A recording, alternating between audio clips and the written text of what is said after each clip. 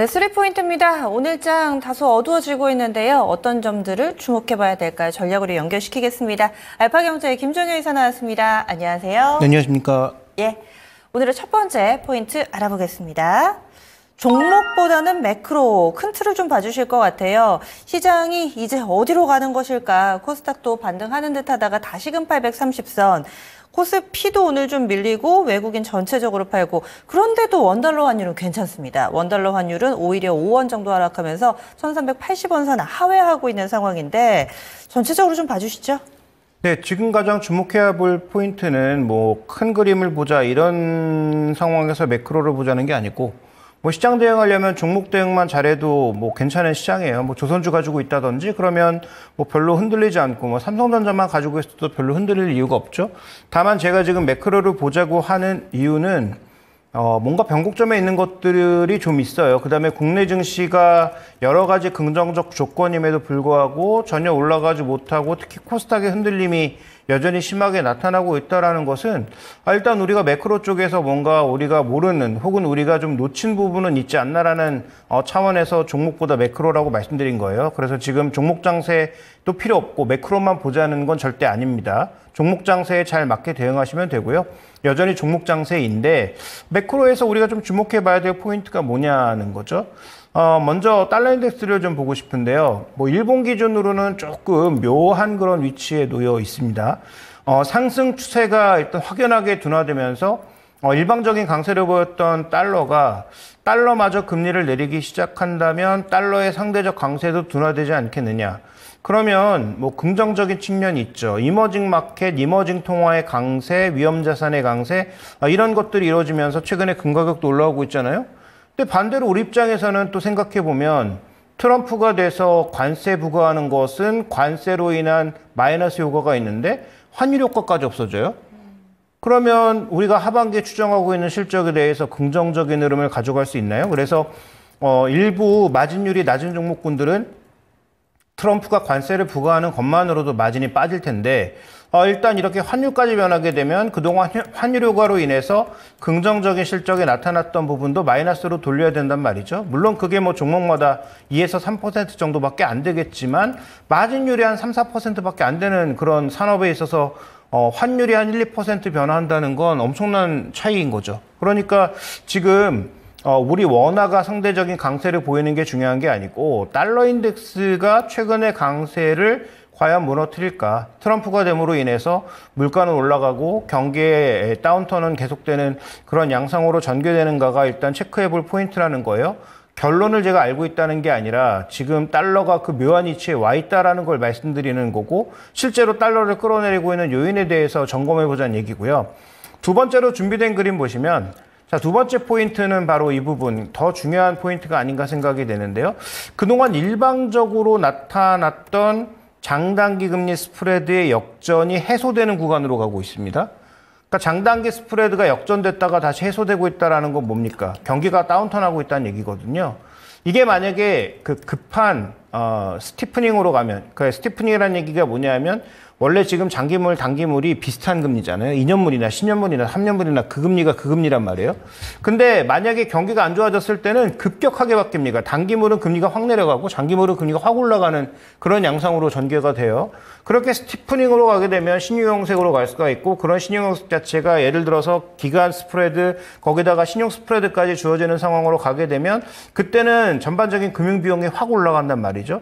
그럼 그런 리스크에 노출되어 있는 종목군들도 변화할 수 있고 시장의 성격과 시장의 흐름도 변화할 수가 있어요. 그래서 지금 우리가 그동안 장기적으로 시장을 끌어올렸던 소위 과잉 유동성, 장단기 스프레드의 역전, 이런 요소들이 지금 바뀌려고 하고 있으니까 이런 부분들은 봐야 된다라는 겁니다. 그래서 이걸로 인해서 시장은 하락장에 들어섰습니다. 지금부터 하락장, 이렇게 말씀드리는 게 아니고 그동안 강세장을 견인해왔던 그런 요소들이 서서히 지금 사라지면서 변곡점에 가 있기 때문에 이 변곡점에서 다시 위험을 확산시키는 모습으로 갈지, 아니면 다시 원래 그러하였듯이 강세장의 모습으로 돌아오거나 우리가 생각했던 만큼의 그런 강한 스티프닝은 나타나지 않는, 뭐 금리가 변하더라도 금리의 진폭이 굉장히 제한적인 그런 양상으로 전개될지 지금 확인해 볼 만한 자리에 와 있다. 네. 이렇게 좀 보여지기 때문에 이 두 가지는 좀 반드시 점검하고 가셔야 될 것 같습니다. 방금 내용이 이해가 살짝 안 됐던 게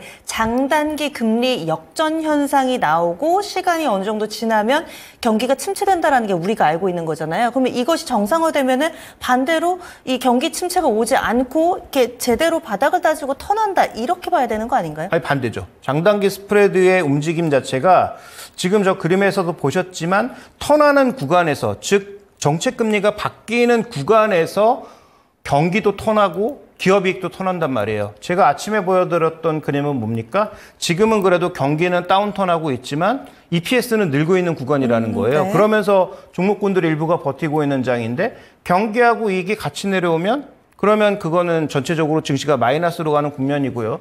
뭐 제가 여기 처음 나와서 금리에 대해서 여러 번 언급드렸습니다만 금리 결정이 중요하지 않다. 몇 번 내리고 이게 중요한 게 아니고 금리 내리는 이유가 경기가 다운턴에서 내리는 거라면 그건 하락 신호다라고 여러 번 강조드렸는데요. 지금 현재 나타나는 이 장단기 스프레드의 역전 자체는 그걸 의미하고 있는 거거든요. 정말 경기가 나빠서 금리를 내리는 거고 그래서 단기 금리는 급격히 내려가고 장기 금리는 급격하게 올라가는 소위 이제 그동안 시장에서 시간 스프레드라 타임 스프레드라 그러니까 신용 스프레드에 전혀 부과하지 않았다는 거죠. 2년물이나 10년물이 똑같은 게 결국 그 얘기 아니겠습니까? 내가 예를 들어서 박상정 앵커한테 돈을 빌려주는데 2년짜리로 빌려주나 10년짜리로 빌려주나 같은 금리로 빌려준다는 게 말이 안 되는 거잖아요. 근데 지금까지는 그런 상황이었던 거죠. 근데 그 상황이 뭔가 바뀌고 있고 정책 금리는 내려가면서 단기 금리 내려가고 장기가 올라가는 이런 형태의 스티프닝이 발생하게 되면 그건 신용 스프레드까지 확대될 수 있는 부분이라서 그게 전체적으로 비용이 올라가는 거고 그 기업이익은 떨어지는 거거든요. 그러니까 금리에 가장 민감한 미국의 소비 같은 경우에는 급격하게 움직일 수 있고 그래서 이게 지금 스티프닝 되니까 하락장이 시작된다는 얘기 아닙니다. 그런 변곡점에 있기 때문에 그 변곡점에서 정말 금리가 전체적으로 기간물로 봤을 때 스티프닝으로 가느냐 이 부분을 점검해 보자라는 얘기고요. 지금 그 변곡점에 와 있다. 대부분 그 시점이 금리를 내리는 시점에 시작했다. 그래서 9월 달에 금리를 내리는 게 호재가 아니라니까요. 호재로 받아들이려면 금리를 내리는 이유가 중요한데 지금 움직이는 양상으로 봐선 또 트럼프의 당선 가능성이 높아지면 높아질수록 경기에 다운턴이 나타나지 않을까라는 우려가 높아질 수 있다는 거죠. 실제로 경기가 내려갈지는 아무도 모릅니다.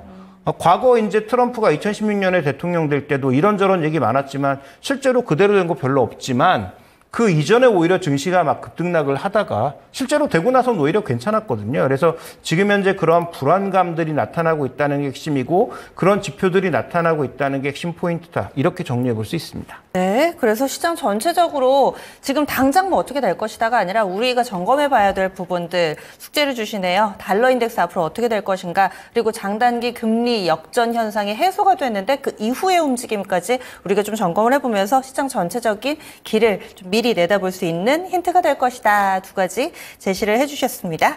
다음 두 번째 포인트 넘어가겠습니다. ASML 조금 전에 실적 나왔습니다. 2분기 실적은 예상치를 약간은 좀 상회하는 수치로 발표가 됐는데 ASML 실적보다는 캐펙스 이렇게 해주셨어요. 그래도 실적 좀 궁금해서 이 부분 좀 짚고 넘어가 보겠습니다. 네, 실적이 좋았지만 여러 번 언급드렸다시피 이런 종목군들은 실적은 머스트로 무조건 좋아야 되는 거고 그냥 좋아야만 하는 거예요.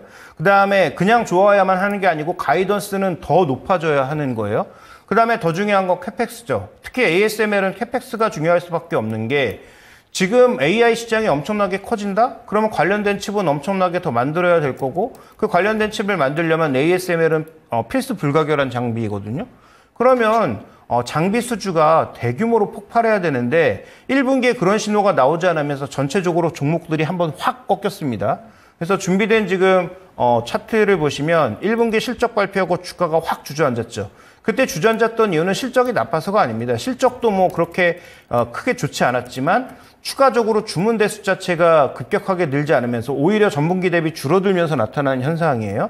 그렇다면 이번에도 마찬가지라는 거죠. 그다음에 이 실적이 발표됐는데도 지금 국내 관련주들의 움직임이 여전히 살아나지 못하고 있다는 것은 우리가 지금 기대하고 있는 AI의 성장 속도가 주가의 상승 속도와 과연 일치하고 있나? 라는 부분. 그다음에 국내 관련 기업들 중에서 삼성향 종목군들은 2분기에도 여전히 실적이 좋을 리가 없죠. 그래서 그런 부분들이 조금 반영되면서 변동성이 나타나고 있는 것이 아닌가 이렇게 보여지기 때문에 ASML은 단순한 실적 수치보다는 향후 주문 대수나 캐펙스의 전체적인 움직임이 중요하고 어떻게 보면 AI의 선형 지표로 움직일 수 있다는 측면에서 이 종목의 흐름은 우리가 좀 주목해 볼 필요가 있겠다 이렇게 판단하고 있습니다. 네, 그렇다면 오늘 전체적으로 반도체주들 좀 흔들리는데 계속해서 좀 이렇게 부진한 모습을 나타내게 될까요? 근데 뭐 삼성전자에 대해서는 전혀 의심의 여지가 없고 그냥 가시면 되고 그다음에 지금 뭐 관련된 장비, 소재 중에서 흔들리는 종목이 있는데요. 뭐 계속 반복해서 말씀드립니다만 지금 장비 소재 핵심 포인트는 독과점에 준하는 정도의 그 기술력을 갖고 있느냐가 핵심입니다. 그래서 뭐 주가야 실적이나 뭐 수급에 따라서 언제든지 급등락이 나타날 수 있습니다만 뭐 삼성전자가 됐든 SK하이닉스 향이 됐든 어느 쪽으로든 독과점에 준하는 정도의 장악력을 가지고 있다면 뭐 지금 주가의 조정은 오히려 반가운 거죠. 물론 보유하신 입장에서는 주가가 갑자기 한 7, 8% 빠지니까 뭐 식겁할 수도 있고 굉장히 당황스러울 수 있지만 지금 현금을 들고 있는 입장에서 뭘 살까를 고민하시는 입장에서는 뭘 살지가 명확하게 나와 있는 거죠. 대표적으로 뭐 PSK처럼 글로벌 시장 뭐 시가 부분에서 전 세계 1위를 차지하고 있는 기업 주가가 싸지면 더 사야죠. 주성 엔지니어링 흔들릴 이유가 별로 안 보이죠. 그 다음에 유진테크 같은 기업도 현재 구간에서 원익 IPS와 더불어서 ALD는 늘어날 수밖에 없는 장비이기 때문에 이런 장비들은 주가의 조정이 깊어지면 깊어질수록 분할 매수를 더할 필요가 있는 거죠. 단 전제는 뭐냐? AI 시장의 성장이 멈추지 않는다는 전제 하에서 가능한 거죠. 그래서 현재 구간에서 제가 말씀드리고 싶은 전략은 뭐 삼성전자에 대해서는 전혀 변화가 없고요. 뭐 이런 장비 소재 쪽 종목군들 중에서는 여전히 삼성전자가 지금 테일러 공장이나 P4라인의 투자를 재개하고 있는 국면이기 때문에 삼성전자와 붙어갈 수 있는 종목군들에 대해서는 여전히 긍정적 관점을 가지고 있고요. 뭐 종목으로 말씀드리자면 뭐 PSK 오늘의 조정은 저는 오히려 반갑다, 사야 될 자리다라고 판단하고 있고 원익 QNC 같은 경우에도 이 소모품이에요. 그래서 다시 가동률이 올라가고 전체적으로 만약에 그 반도체 시장에 투자가 늘어난다면 이런 소모품은 그냥 쓰이는 겁니다. 장기야 한번 발주하고 그 다음 발주까지 시간이 필요할 수도 있지만 소모품은 계속 쓰이는 거거든요. 그렇다면 뭐 소모품 같은 경우에 원익 QNC도 오늘의 주가 하락은 그렇게 부담스러운 자리라기보다는 오히려 저가 매수의 자리가 아니겠느냐라고 판단하고 있습니다. 네, 그리고 이 얘기 한번 좀 해보고 싶습니다. 시장에서 워낙에 트럼프와의 접점을 계속해서 좀 따지다 보니까 반도체가 트럼프 2기에서는 어떤 위치를 차지하게 될 것인가. 오늘 새벽에 나왔던 이런 인터뷰에서 트럼프 후보의 이런 말들이 상당히 좀 인상적이었던 게 이 대만 도와줄 거냐 얘기를 했더니 갑자기 동문서답하듯이 반도체 거기 잘하고 있다. 그래서 돈 많다 이런 얘기를 하길래 트럼프 후보가 반도체 산업을 어떻게 보는지 약간 좀 와닿는 부분이 있더라고요. 대만에 대해서 그렇게 느낀다면 우리 반도체 산업에 대해서도 그렇게 느끼지 않을까. 그러면 트럼프 2.0이 된다면 조금은 압박이 있지 않을까. 현재 반도체, 뭐 AI 잘 나가고 하지만은 뭔가 좀 변수를 만난 것 같은 느낌을 지울 수가 없어서요. 이 부분은 어떻게 보세요? 저는 오히려 트럼프보다는 그 부통령 후보로 지명된 사람이 네. 더 눈에 띄는 양상인데 이분이 뭐 입지전적으로 소위 이제 그 굉장히 바닥에서부터 이렇게 높은 맞아요. 자리까지 올라오신 저수성관. 분인데 빅테크에 대한 전반적인 뭐 평가라든지 생각이 그렇게 뭐 좋은 것 같지는 않습니다. 그래서 뭐 트럼프와 합을 이뤄서 어떤 정책들을 내놓을지는 뭐 앞으로 지켜봐야 되겠지만 그런 관점에서 보면 AI 쪽에 뭐 지금 바이든 정부처럼 대규모로 보조금을 쏟아부을 것 같진 않아요. 근데 그렇다고 해서 미국에서 지금 이 반도체, 뭐 바이오, 뭐 이런 몇 가지 산업들, 뭐 배터리라든지 이런 몇 가지 산업들 같은 경우에는 미국의 앞으로의 안보의 핵심이고요.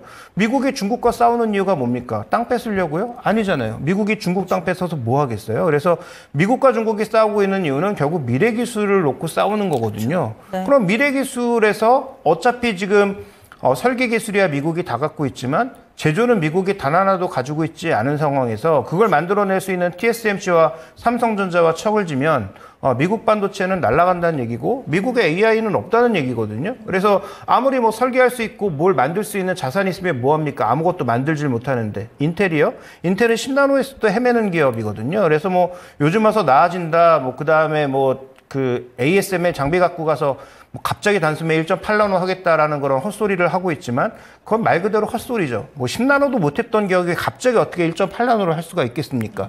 뭐 2년간 자기들이 지지고 볶으면 뭐가 당장 나오는 게 아니거든요. 그래서 전체적으로 지금 보면 아무리 트럼프가 이 판을 깨고 싶어도 그러면 성장의 속도를 둔화시킬 수는 있겠지만 이 방향을 뒤집을 수는 없거든요.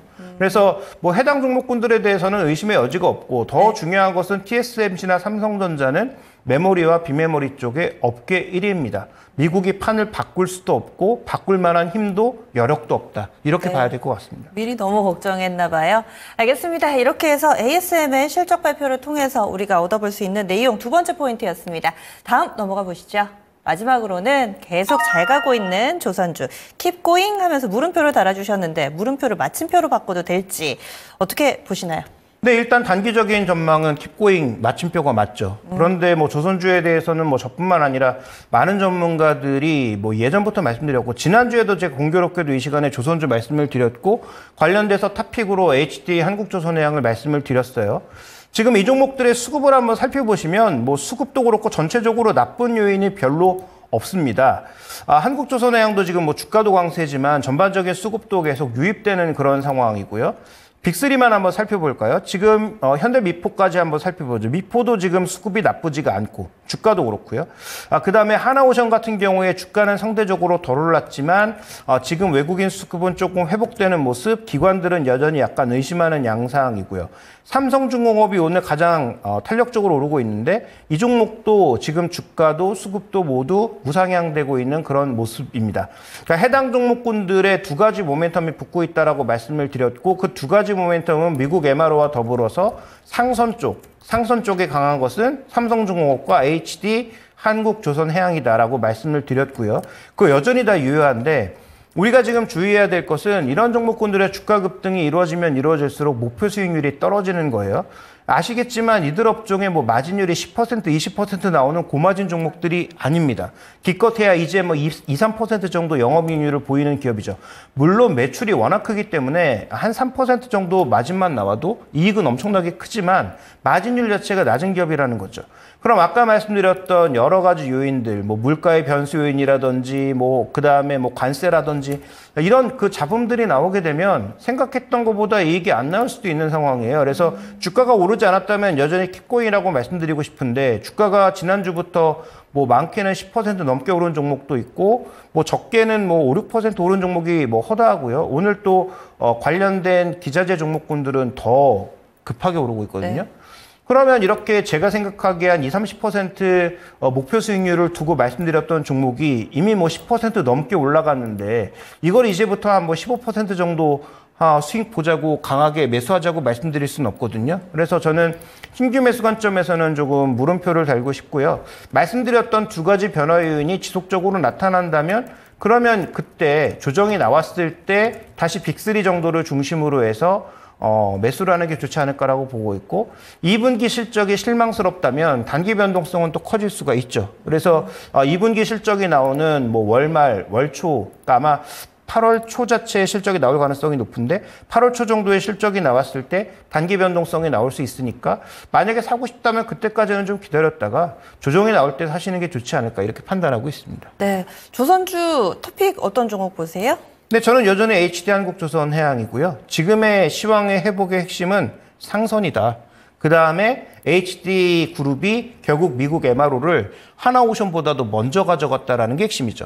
하나오션도 결국 될 겁니다. 될 거긴 한데 먼저 가져간 그 선점 효과 자체는 또 우리가 분명히 살펴봐야 되는 상황이고요. 그래서 저는 HD 한국조선해양이 여전히 탑픽으로 보고 있습니다. 네, 오늘도 조선주 잘 달리고 있습니다. 그런데 여기서 우리가 조심해봐야 될 부분들은 많이 올랐다. 그래서 단기적으로는 약간 더 가더라도 일단은 좀 소화하는 그런 검증하는 과정이 좀 필요할 수 있다라는 시각으로 이야기를 해주시네요.